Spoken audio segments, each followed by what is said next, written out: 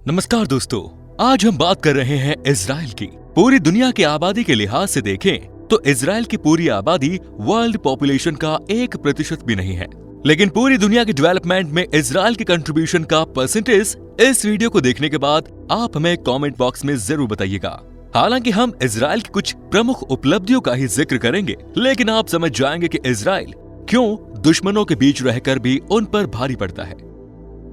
Israel यहूदियों का देश है। पूरी दुनिया किसी भी कोने में रहने वाले यहूदियों के लिए ये एकमात्र ऐसा देश है जो उनको अपने देश की नागरिकता देता है। आपने अल्बर्ट आइंस्टाइन का नाम तो जरूर सुना होगा। वो एक यहूदी थे। साल 1948 में इजराइल अस्तित्व में आया। इसके बाद उसने 1952 में अल्बर्ट आइंस्टाइन को अपने देश का राष्ट्रपति पद ऑफर किया। हालांकि आइंस्टाइन ने इसे स्वीकार नहीं किया।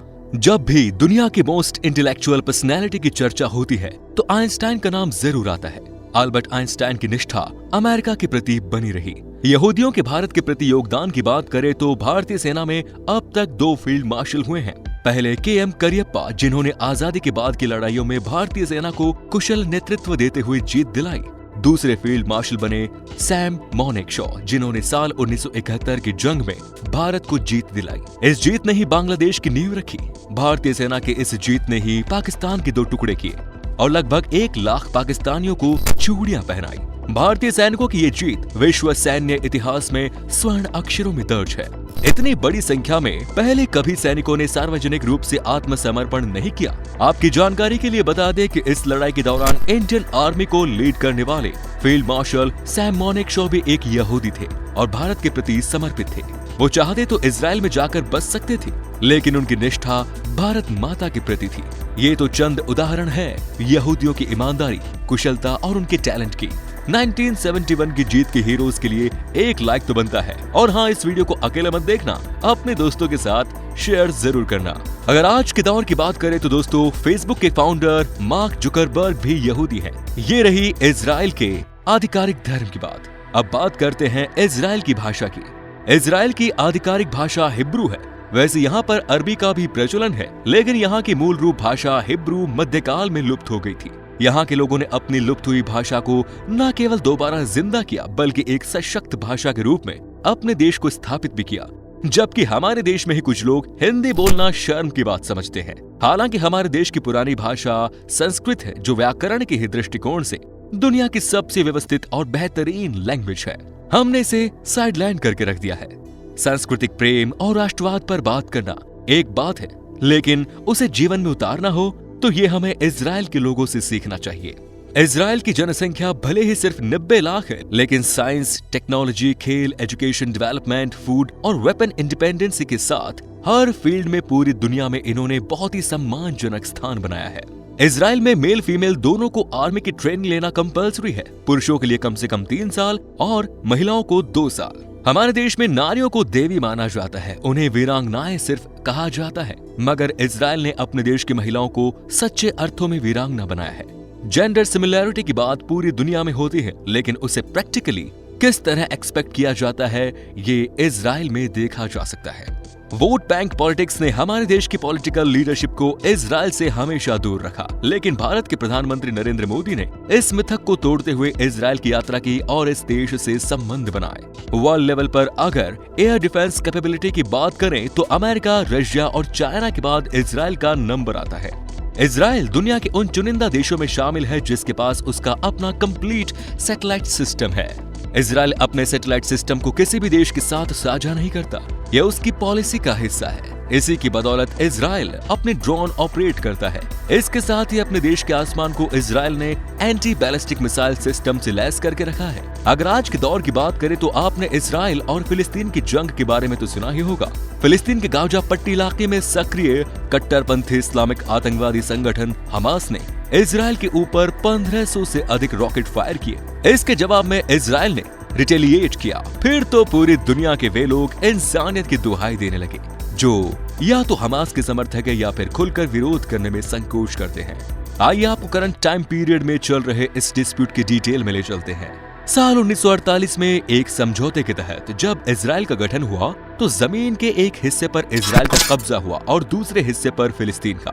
लेकिन यरूशलेम का 8% हिस्सा यूएनओ ने अपने कब्जे में रखा।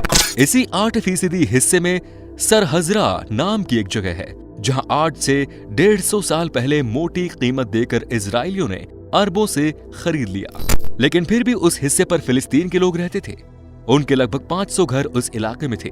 आज के दौर में इजराइल की सुप्रीम कोर्ट ने सरकार को जमीन के उस टुकड़े को कब्जे में लेने का आदेश दिया।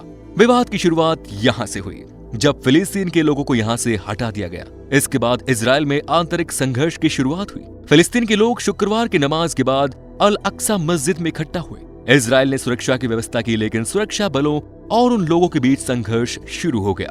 वो लोग पत्थर बरसाने लगे, जिसका जवाब सुरक्षा बलों ने अपने तरीके से दिया। इस संघर्ष में आतंकवादी संगठन हमास कूद पड़ा और उसने इजराइल पर रॉकेट से हमला कर दिया। बात करते हैं अब इजराइल की पिछली लड़ाइयों की। जिस तरह भारत की आजादी के बाद पाकिस्तान ने कश्मीर के लिए हिंदुस्तान पर हमला कर दिया था, उसी तरह इजराइल के आजाद होने के बाद इजराइल को तबाह करने के लिए उसके आसपास के मुस्लिम देशों ने उस पर हमला कर दिया, लेकिन वो जीत नहीं पाए। इजराइल और फिलिस्तीनियों के बीच संघर्ष लगातार लंबे समय तक चलता रहा है, लेकिन समय समय पर बड़ी बड़ी लड़ाइयां भी हुई। साल 1948, 1956, 1967, 1973 और 1982 में हुई बड़ी लड़ाइयों में सभी मुस्लिम देशों को मुंह की खानी पड़ी। इजराइल के इतिहास में 1967 की लड़ाई हमेशा याद रखी जाएगी। इस अकेले देश ने केवल 6 दिनों में ही 8 मुस्लिम देशों को उनकी औकात याद दिला दी। ये लड़ाई 10 जून 1967 को खत्म हुई। ये मुस्लिम देश थे मिस्र, Syria, Jordan, Iraq, Kuwait, Sudan, Algeria, Yemen और फिर सऊदी अरब। इस लड़ाई के बाद पूरी दुनिया ने इजराइल को एक ताकतवर देश के रूप में स्वीकार किया। फिलिस्तीन हर बार इजराइल पर नई साजिशों के साथ हमला करता और बदले में अपना भूभाग हारता जाता। आज फिलिस्तीन के बड़े हिस्से पर इजराइल का कब्जा है। इजराइल की आक्रामकता और बहादुरी पूरी दुनिया में फेमस है। यहाँ की खुफिया एजेंसी है मोसाद, जिसके एजेंट दुनिया के सबसे खतरनाक अभियान को बड़ी आसानी से अंजाम दे देते हैं। ये घटना है साल 1972 की, जब जर्मनी के म्यूनिक में ओलंपिक खेलों का आयोजन किया गया और वहां पर इजराइल के खिलाड़ी भी गए, लेकिन फिलिस्तीन के उग्रवादियों ने मिलकर इजराइल के 12 खिलाड़ियों की हत्या कर दी। इजराइल की तत्कालीन प्रधानमंत्री ओल्डा मेयर थी, जिन्होंने इस घटना की निंदा ही नहीं की, बल्कि प्लेयर्स की फैमिली को भी कार्यवाही का भरोसा दिया। इसके बाद वहां की खुफिया एजेंसी मोसाद ने दुनिया के हर कोने में जाकर सभी फिलिस्तीनी आतंकवादियों को मौत के घाट उतार दिया। हमारे देश में आतंकवादी घटनाओं पर देश के राजनेता ज्यादातर कड़ी से कड़ी निंदा कर लेते हैं, या फिर अगर सरकार कार्यवाही करती है तो सबूत गैंग कार्यवाही का सबूत मांगता है। इजराइल अपने दुश्मनों को कभी जिंदा नहीं छोड़ता, ये बात दुनिया अच्छी तरह से जानती है। इजराइल की बहादुरी का लोहा पूरी दुनिया मान चुकी है। लेकिन आपको बता दें कि टैलेंटेड यहूदी इजराइल को हर फील्ड में आगे रखते हैं। दुनिया का पहला मोबाइल मोटोरोला कंपनी ने इजराइल में बनाया। इजराइल दुनिया का पहला ऐसा देश है जहां बीती सदी के मुकाबले इस सदी में फॉरेस्ट एरिया बढ़ा है। इजराइल अपनी पॉपुलेशन की नीड्स के अकॉर्डिंग 95% एग्रीकल्चर प्रोडक्शन खुद करता है। बीते 25 सालों में इजराइल की एग्रीकल्चर ग्रोथ 8 गुना हुई है, लेकिन वाटर कंजप्शन उतना ही है। इजराइल में 95% सोलर एनर्जी का यूज होता है। मीडिया फ्रीडम के मामले में इजराइल अरब कंट्रीज को बहुत पीछे छोड़ देता है। इस छोटे से देश में 3500 टेक्नोलॉजिकल कंपनियां हैं। व्यापार के दृष्टिकोण से यह दुनिया का तीसरा देश है। इजराइल के पास कुल 273 किलोमीटर का समुद्र किनारा है, लेकिन इस पर इन्होंने 137 सी बीच बना रखे हैं।